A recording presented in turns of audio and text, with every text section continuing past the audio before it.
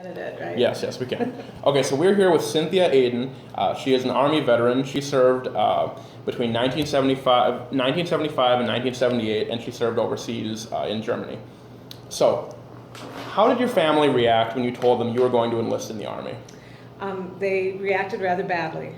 They had an idea in their head that I was going to marry the local farm boys and raise my family in Clay County and be, part of the farming community, and instead I joined the Army and went to Europe. So they weren't happy initially.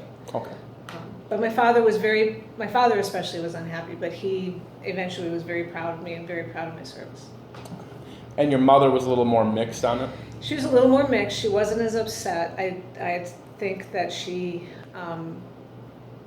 saw that I was able to do some of the things that she hadn't been able to do. I had opportunities available to me that she didn't have, and I think that she was happy to see I was able to take advantage of some of those. Okay. So what was the U.S. Army doing in Germany in the 1970s?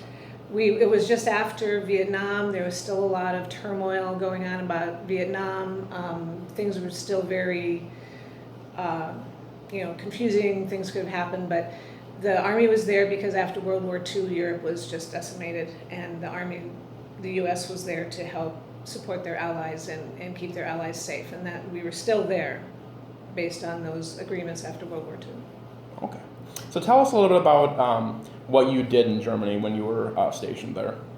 Initially, I was a truck driver. I drove what was called a deuce and a half, which is a 2.5-ton truck, similar to a grain truck that you would see in the 70s.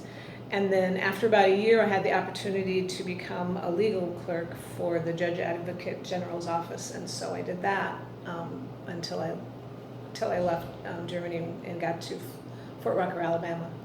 Okay. And how did the Army, how did your experiences in the Army affect, or what kind of effect did they have on your career long term?